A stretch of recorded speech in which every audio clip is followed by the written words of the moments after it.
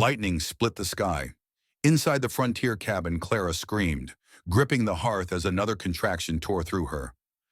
Wind howled, dust swirled, the storm battering the walls. Alone and on the brink, she fell, but strong arms caught her. The sky tore itself open as the storm raged across the desert. Clara screamed, her body racked with pain, the baby coming too fast, too soon. Wind slammed the shutters, dust choked the air, and the world spun into chaos. Then, Levi caught her before she collapsed, silent, steady, present, one hand holding her, one hand catching new life, and in that storm, with nothing but raw fear and grit between them, a family was born. But to understand how we got here, how silence became something sacred, you'll need to start at the beginning. Clara Whitfield never imagined her life would come down to this: bleeding palms, cracked lips, and a rusted shovel punching uselessly into desert clay. At 28, she was supposed to be building a future, not digging for a miracle.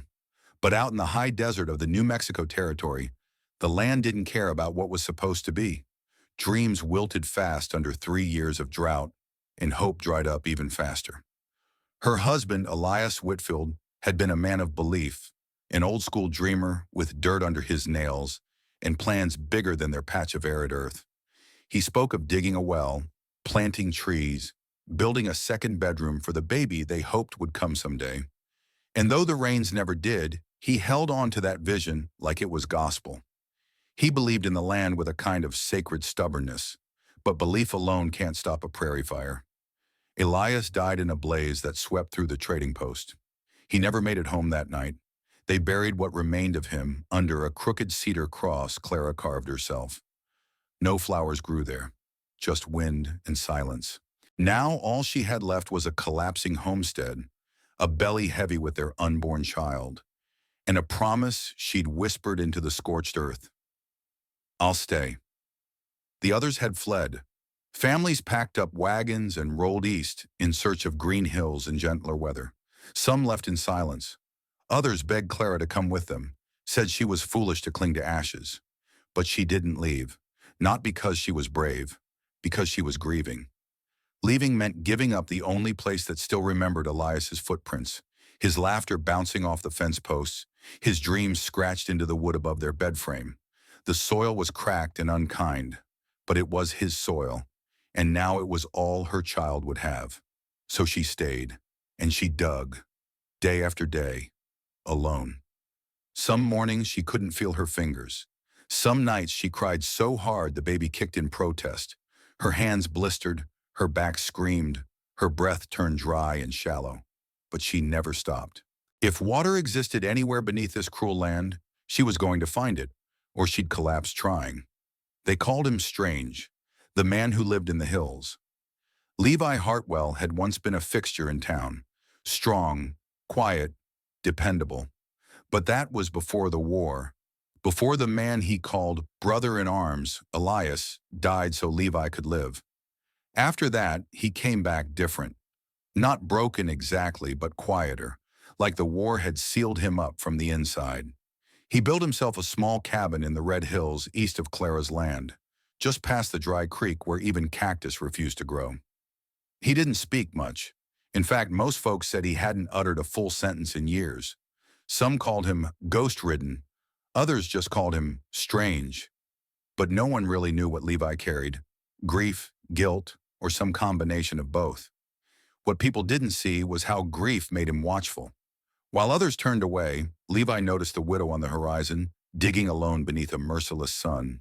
He saw her drop her shovel when her fingers gave out, saw her wipe sweat from her brow with a shaking hand, saw her fall to her knees one afternoon, too exhausted to cry, and he didn't ride past. He turned his horse toward her broken fence and didn't speak a word. Just reached into his saddlebag and held out a battered metal flask, water sloshing faintly inside. Clara blinked up at him, dazed by heat, suspicion flaring behind her cracked lips. She wanted to yell, to scream, to shove the kindness away. But her pride was no match for her thirst. She drank. Then, as if nothing more needed saying, he dismounted, crossed to the shed, and returned with a second shovel. No question, no permission. just presence. And then he dug. She stared at him, stunned, pickaxe frozen midair. I said I could do it myself, she muttered. He didn't reply. He just kept working, shoulder to shoulder with her, as if he'd been there all along. There was no explanation. Only the soft scrape of metal into dirt and the weight of two people who'd lost too much, trying to carve meaning from the dust. Levi Hartwell never asked for permission.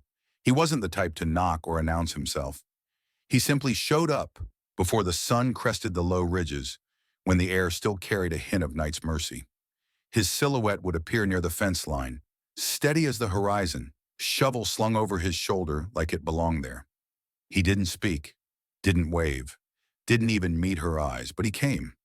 Each morning, Clara would find him already working, cutting into the earth as if it owed him something. And each evening, just as the last light bled out of the sky, he'd gather his tools, nod once if she looked his way, and disappear back toward the dry hills and his lonely shack. No explanations, no farewells. Only the rhythm of two people digging into dust, day after day, like the act alone might conjure something worth staying for. The well grew deeper, not by inches but by rhythm, by stubbornness, by quiet devotion. The work was brutal, the heat unrelenting. The ground beneath them fought like hell not to give, but still they returned. Each day, Clara noticed things she hadn't before. The way Levi placed the ladder closer when her belly tightened from strain so she wouldn't have to stretch. The old pair of gloves left on a fence post one morning after her hands cracked open from the handle. The tin cup he began placing on the porch rail beside hers at sundown, not because she asked, but because he noticed. None of it was loud. None of it asked for thanks. But it spoke. Louder than any words Levi might have said. And slowly, beneath the blistered palms and burned shoulders, something shifted. Not trust. Clara wasn't ready for that. But something quieter. A knowing. A shared burden. A kind of company she hadn't realized she was desperate for. They worked without conversation, but the silence between them softened. It changed from empty to full. From isolation to understanding. It wasn't about digging anymore. It was about enduring. Side by side. That night, Clara couldn't sleep. The stars above were sharp and countless, hanging over the ranch like reminders of everything she'd lost and everything she hadn't yet found. The land was silent except for the occasional sigh of the wind, a tired wind, as if even nature had grown weary of waiting for rain. She sat on the porch, legs tucked beneath her, one hand resting on her belly, the other gripping a chipped enamel mug of boiled water. It wasn't tea. There was no tea left, but it was warm, and somehow that mattered. Her thoughts wandered to Elias, the man who once stood on this very porch and swore they'd find water if they just dug deep enough. He used to call the land stubborn, but never cruel. He'd smile, squinting into the distance, and say things like, "We're not just digging for water, honey. We're digging for proof that something still lives under all this dead land." She used to laugh at him, shake her head. "You're dreaming again," she'd say, and he'd grin, crooked and boyish. Good. The land needs dreamers.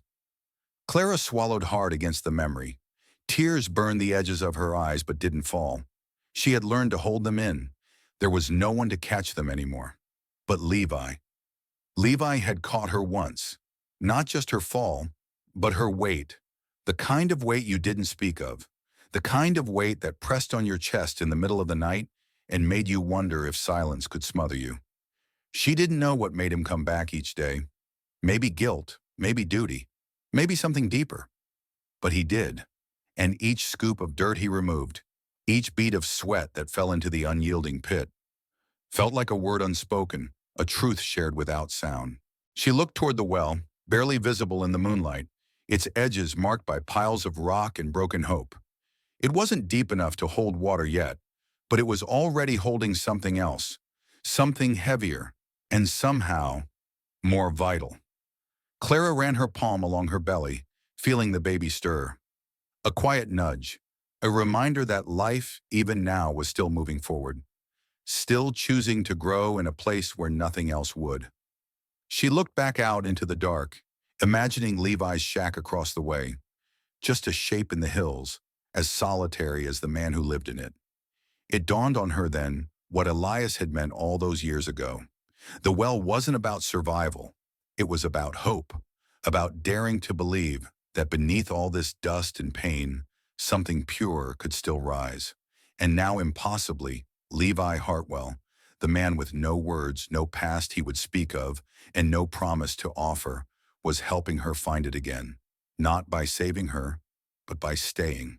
The midday sun hung like an iron weight over the desert sky, casting sharp shadows that sliced across the bone-dry earth. The wind had long since gone still, as if the land itself were holding its breath. Clara stood at the edge of the well, wiping sweat from her brow with the back of her wrist, her breathing steady but strained. The days had grown longer, or maybe the digging had simply begun to stretch time. She was almost used to the silence now, the kind shared between people who had nothing left to say, or perhaps too much. Levi was in the pit, knees bent, shovel raised mid-swing. Then it happened. His boot slipped on a smooth patch of clay, and as he jerked to catch himself, the sharp metal edge of the shovel's handle tore across his hand. He dropped it with a grunt. Blood spilled quickly, bright against the rust of desert dust. Clara rushed toward him without thinking. "Levi!" She slid down the slope and dropped beside him, pulling a clean rag from the pocket of her apron. Her hands trembled as she reached for his. "Let me see. Please." He didn't flinch, didn't even blink, just held his palm open while she wrapped the cloth around it tightly, wincing at the sight of torn skin. "It's deep," she said quietly. "You need to clean it. Rest it." Still, he said nothing. Then, as if remembering something older than pain, Levi reached slowly into the pocket of his faded work shirt. From it, he pulled a small, round object. Worn smooth from years of handling, it caught the light in a dull, familiar glint. A silver coin. Clara's breath caught. Her throat tightened like someone had gripped it. It wasn't just any coin. It was Elias's, her husband's, the one he kept tucked into the lining of his boot every day since before they married. He used to call it his lucky charm, though luck had never done them many favors. Clara remembered teasing him once, asking why he kept such a thing when the well remained dry, the cattle lean, and the sky always empty. He had smiled, kissed her hand, and said, "Because even when you're losing, you hold on to what matters." And now, here it was, in Levi's hand. She stared at it, blinking back tears. "You kept it." Levi nodded, just once, slow and deliberate. He didn't explain, didn't offer a reason or a story. He didn't need to. Everything was in the gesture. Carefully, reverently, he held it out to her. Not as a keepsake, not as closure, as a bridge between a past that was burned and a present that refused to break. Clara hesitated. Her fingers hovered over his palm, afraid to touch something so heavy with memory. Then slowly, she closed her hand around the coin and drew it to her chest. She didn't thank him, not with words. Instead, she looked at him, really looked. At the hardened lines of his face, the scars etched into his knuckles, the dust in his lashes, and the years of silence pooled in his eyes. And what she saw wasn't guilt, it wasn't grief, it was something deeper, permission, to remember, to mourn, to move forward. They sat there for a moment in the shade of the unfinished well, the rag around his hand darkening with blood, the coin warm between her fingers, the silence thick with meaning. And in that stillness, Clara realized something she hadn't understood until now. Levi hadn't kept the coin for her. He'd kept it because it was all he had left of Elias, and he hadn't known where else to put that kind of sorrow. She had buried Elias in the ground. Levi had carried him in his pocket, and now as she held that coin to her chest, the weight of it didn't feel like pain. It felt like connection, like something past, not lost. The wind stirred again, faint and dry, carrying with it the scent of sagebrush and sun-baked stone. Somewhere in the hills, a hawk cried out. The desert, ever observant, watched on. She looked at Levi again, her voice hoarse but steady. "You didn't have to carry this." He met her gaze, expression unreadable, then shook his head slowly. "I did." It was the first word he'd spoken in weeks, just 2 syllables, but it cracked something wide open. She nodded, blinking away the sting in her eyes. "Then I'll carry it now." Levi's shoulders eased, just slightly. His gaze softened, not in pity but in understanding. They stood side by side once more, looking down into the dark hollow of the well. There was still no water, but there was something else in that pit now, something deeper than depth, something more sacred than luck. It wasn't just a coin, it was a covenant, and both of them knew. They weren't digging alone anymore. It began with silence, the kind that creeps into your bones just before the world turns upside down. Clara had just poured a half cup of boiled water when the wind changed. It twisted, unnatural, like a living thing. Outside, the sky had gone the color of rust, and the distant ridgelines shimmered with heat and dread. Then came the roar. A wall of dust hurtled across the plains, bending fence posts and snapping branches like matchsticks. Windows rattled in their frames. The shutters slammed shut and burst open again in violent rhythm. The storm struck the house like a hammer. Inside, Clara gasped, clutching her belly as a white-hot bolt of pain sliced through her spine and wrapped around her ribs. Her knees gave out, the cup shattered, and then she was falling.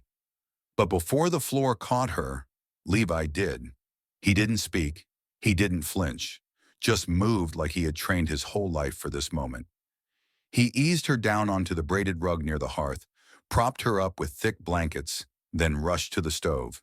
He filled the kettle, set more water to boil, grabbed the clean cloths he'd folded days ago without ever explaining why. Another contraction gripped her, this one stronger, sharper. Clara screamed. Dust funneled through the gaps in the shutters, coating every surface in grit and shadow. The air turned heavy, almost unbreathable. Her body arched from the pain, her breath coming in gasps, broken and raw. She wasn't ready, not like this. She called for Elias without realizing it, called for a man buried months ago. And when she opened her eyes, it wasn't him she saw. It was Levi, kneeling beside her, eyes steady, jaw clenched. One hand braced against her back, the other wiping sweat from her brow. No words, just unwavering presence. He didn't look afraid. He looked resolved. He looked like a man who had seen death before, and now refused to let it win. Clara's cries filled the cabin, muffled only by the storm's scream outside. Thunder cracked across the desert, shaking the walls, rattling the ceiling like it might collapse at any second. Another contraction hit, stronger than the last, and Clara sobbed from the force of it. I can't do this. But Levi was already there, holding her upright, letting her crush his wrist with both hands, bracing her through the agony. You're not alone, his eyes seemed to say. Not anymore. Then it happened. A new sound pierced the room. Not thunder, not Clara, but a cry. Tiny, fierce, alive. Clara collapsed back, body trembling, eyes wide in disbelief.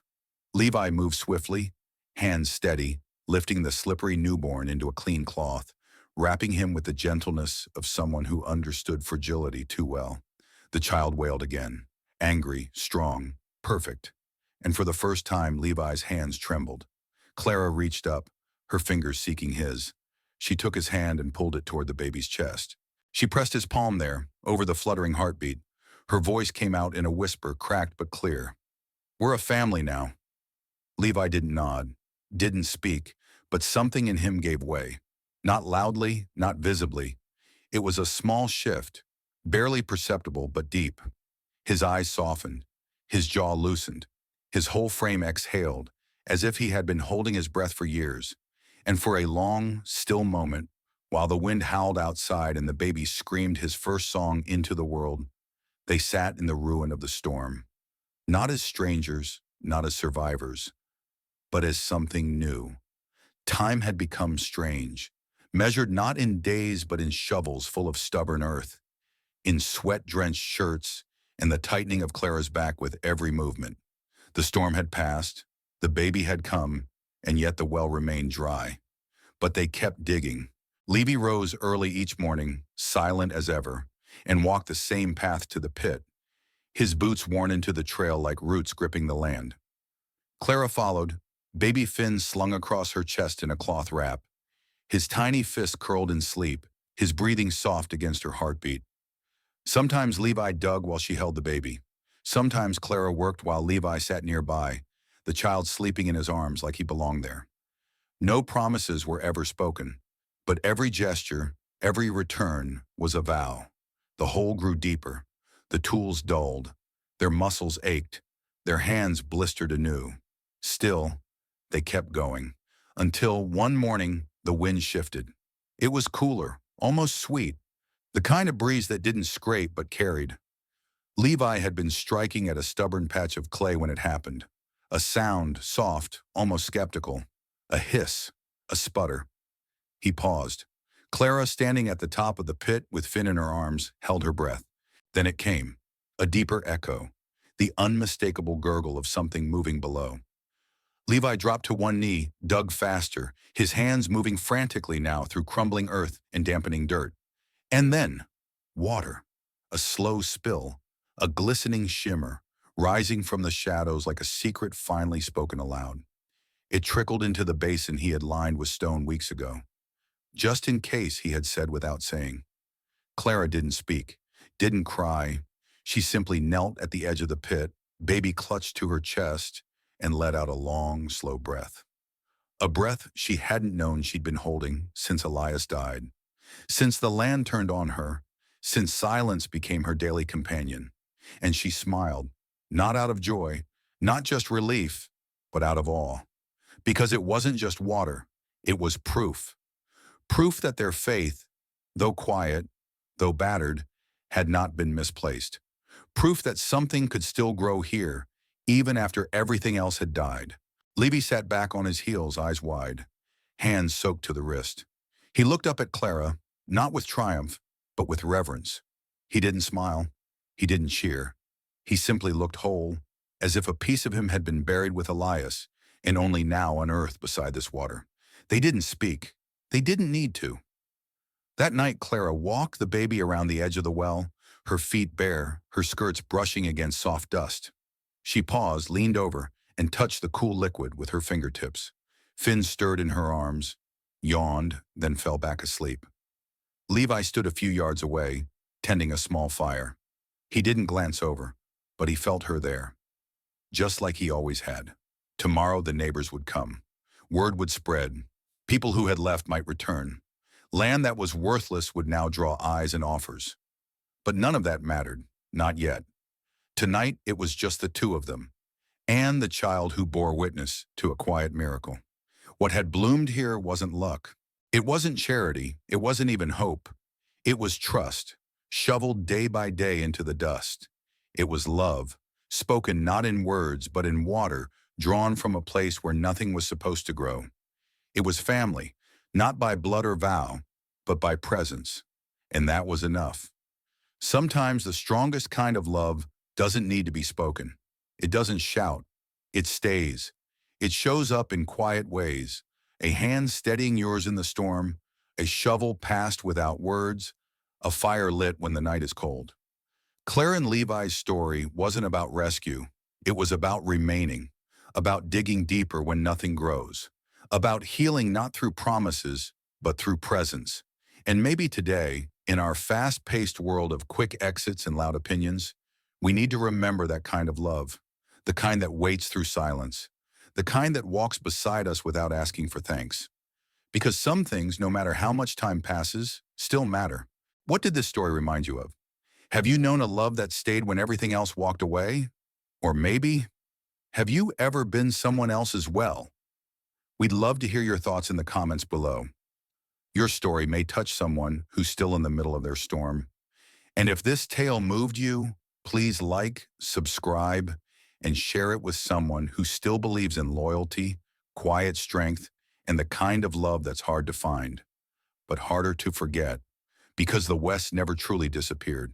It lives on in the grit of ordinary people, in the silence that speaks louder than words, in the hearts that stay. This is more than a story, it's a reminder of the West that never left.